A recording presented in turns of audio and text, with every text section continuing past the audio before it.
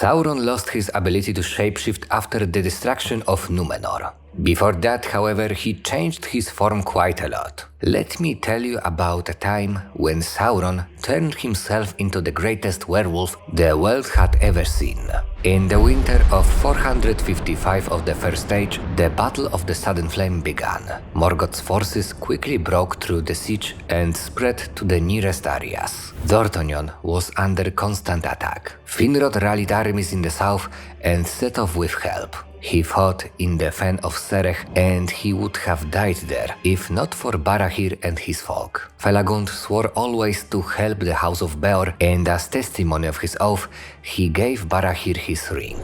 2 years later, Sauron marched with his army towards the island of Tol Sirion. On the island was the Minas Tirith Tower, built years ago by Finrod Felagund to guard the rest of Beleriand from Morgoth's invasion. Now, however, defenders abandoned their posts and fled south. Sauron settled on the island and renamed it Tol in Gaurod, an island of werewolves. And as you might expect, he created a new species of beast there. Of course, evil cannot create anything, only distort something that already exists. Sauron enchanted evil spirits into the bodies of specially bred wolves. The beings thus created became direct servants of the future Lord of the Rings. The progenitor of the whole race was the cruel Lúthien.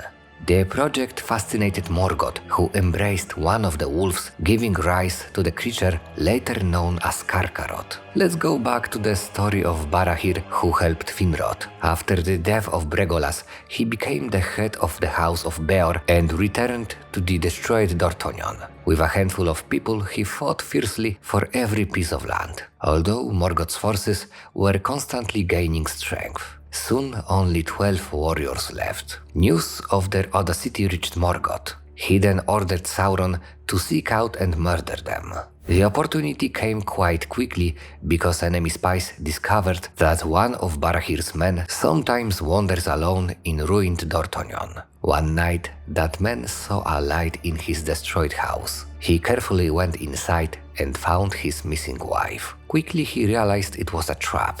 From a distance, one could hear wolves howling, and Gorim felt strong hands clenching on him. Sauron's hunters dragged him to the encampment. They subjected him to great torture, but Gorim did not turn in his friends. Only when they promised him that he would get his wife back did the man break. He was dragged before Sauron.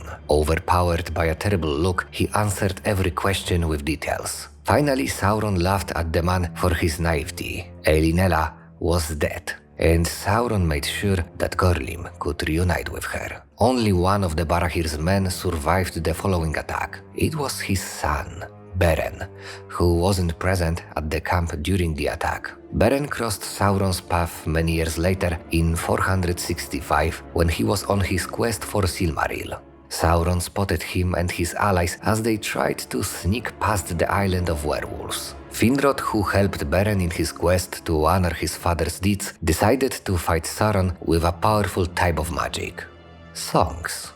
Eventually, Sauron won and imprisoned Beren and his friends in the deepest and darkest dungeon of his tower. Lúthien, Beren's beloved, sensed the threat and, accompanied by Huan, the great and powerful Hound of Valinor, went to the island. Lúthien stood on the bridge to Tol in Gaurod and sang a song so powerful that it shook even the thickest walls of Sauron's tower. Beren heard her song and it filled his heart with hope. Elven Beauty undertook another, even stronger song that shook the whole island. The wolves answered the song with a frightful howl. Only Sauron, standing on the tower, was happy with the arrival of Meliana's daughter, as her skills were known throughout Beleriand. He hoped that for such a gift his master would reward him accordingly. Sauron ordered his werewolves to capture the woman, but every beast that approached Lúthien was attacked by Huan. The Hound from Valinor easily coped with every opponent. He even knocked down a vampire called Turingvetil. Sauron threw his most brutal werewolf, Draugluin, against Huan, but he also failed. Sauron decided to take matters in his own hands, and he turned into the greatest werewolf Arda had ever seen. He ran straight to the bridge.